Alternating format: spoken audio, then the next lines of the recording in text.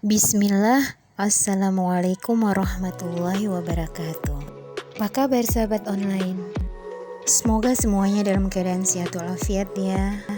Oke, vlog kali ini saya mengambil tema digitalisasi sistem monitoring aktivitas harian ASN yang ada di Provinsi Gorontalo. Dan semua aktivitas kita rekam, kita rekor di aplikasi New Siransija pada laporan aktivitas harian. Jadi kita masuk dulu ke user sama password masing-masing ASN. Dan sebelum mengisi laporan aktivitas harian, kita harus mengisi dulu rencana SKP bulanan. Yang centolannya kita ambil di SKP tahunan. Setelah kita usulkan ke atasan kita, barulah laporan aktivitas harian bisa diisi. Jadi penginputan laporan aktivitas harian ini hari Senin sampai dengan Jumat sesuai dengan tupoksi kerja dari masing-masing ASN.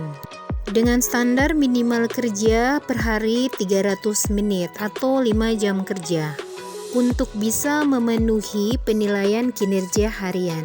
Penilaian juga berlaku untuk tugas tambahan atau perjalanan dinas yang akan dihitung atau terukur sebagai kinerja harian dari ASN dengan mengisi di kolom penugasan tanggal, waktu, kegiatan, dan lokasi. Demikianlah kami para ASN yang ada di Pemprov Gorontalo untuk bisa mendapatkan hak tunjangan kinerja daerah dengan syarat memenuhi pengisian laporan aktivitas harian. Yang persentasenya ada 30%. Jadi formulasi baru dari New Siransija merupakan upaya pemerintah Provinsi Gorontalo dalam mengukur kinerja pegawai negeri sipil. Sehingga digitalisasi dari sistem monitoring aktivitas harian ASN ini merupakan pengukuran kinerja. Digitalisasi sistem monitoring ini diupayakan secara digital yang merupakan suatu sistem berbasis web yang menangani pencatatan aktivitas pegawai, monitoring penyelesaian pekerjaan, dan monitoring aktivitas pegawai.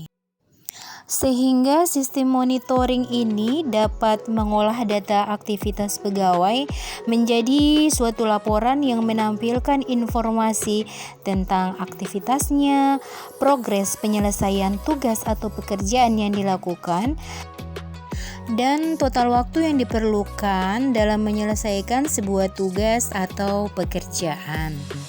Di mana sistem pengukuran prestasi kinerja atau Siransija pegawai di lingkungan Pemprov ini memang sudah berjalan sejak tahun 2016. Namun dalam penilaian Siransija yang lama masih berorientasi pada penilaian kehadiran tepat waktu dan bukan berdasarkan penilaian kinerja yang objektif.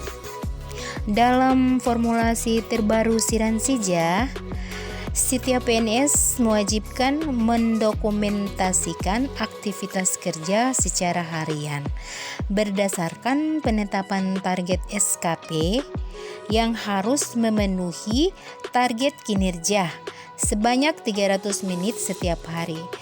Selain itu, setiap PNS juga nantinya akan aware dengan penyusunan SKP tahunan sesuai dengan kaidah yang berlaku. Jadi PNS tidak lagi menyusun SKP sesuai dengan keinginannya. Jika SKP tidak tersusun dengan baik dan benar, maka sudah dipastikan akan berpengaruh pada SKP bulanan dan harian, dan tentunya juga akan berpengaruh pada penagihan tunjangan kinerja daerah dari masing-masing ASN. Dan pentingnya pencatatan kinerja harian tersebut untuk mengukur ketercapaian target yang dicapai. Sebagai ASN dalam menjalankan tupoksi di lingkungan kerja harus membuat capaian dan pengukuran yang jelas. Dan hal ini menyangkut keterukuran kinerja dalam menjalankan tugas sebagai abdi negara. Dan sebelum diluncurkannya aplikasi New Siransija ini, setiap ASN mencatat aktivitasnya secara manual dan dilaporkan setiap bulan untuk penagihan tunjangan kinerja daerah. Dan alhamdulillah aplikasi Nyusiran CJ ini bisa membantu kami ASN untuk mendapatkan keberkahan dari pendapatan tunjangan kinerja. Karena semua aktivitas sudah terukur dan terprogram, di mana semua ASN diharuskan untuk mencapai target yang sudah dibuat, baik itu target tahunan, bulanan, maupun harian. Namun sekalipun demikian, masih ada juga ASN yang kudis, kurang disiplin maksudnya. Kembali ke diri masing-masing untuk bisa mendapatkan keberkahan dari apa yang kita dapat, harus dengan keringat, disiplin, kerja keras, dan loyalitas. Self-remind, rezeki yang halal itu dapat menjadikan seseorang mustajab doanya. Mengapa? Karena tubuhnya itu bersih atau tidak bercampur dengan barang-barang yang syubhat atau barang haram. Karena sejatinya segala sesuatu yang diperoleh dengan cara haram akan menghalangi diri dari cahaya Allah. Akan sulit bagi dirinya untuk mau ruku dan sujud, sehingga orang tersebut akan semakin jauh meninggalkan Allah, terjerembab dalam keburukan. Na'udzubillahi min zalik. Pokoknya sebisa mungkin kita menghindari dari rezeki yang haram atau subhat. Karena bekerja itu tuntutan setiap orang untuk memenuhi kebutuhan. Dan mencari rezeki yang halal itu disyariatkan oleh Allah kepada manusia. Karena rezeki yang halal hanya berasal dari pekerjaan yang halal juga. Karena manusia tidak akan mendapatkan apa-apa kecuali yang telah diusahakannya. Dan pekerjaan yang baik adalah pekerjaan yang tidak menyalahi syariat Islam. Ingat, kelak harta yang kita miliki akan diminta pertanggungjawabannya, di mana pada zaman ini tidak sedikit manusia yang hanya memperdulikan kekayaannya, tidak peduli dengan halal dan haramnya. Untuk itu, rezeki yang halal menjadi sebuah kewajiban untuk mengupayakannya, karena disinilah nilai keberkahannya. Harta yang halal adalah keberkahan bagi mukmin, sehingga ketika mereka menikmati harta itu tidak menjadi sumber masalah ketika di akhirat nanti. Ayo sahabat online, mari kita bekerja dan rezeki yang halal.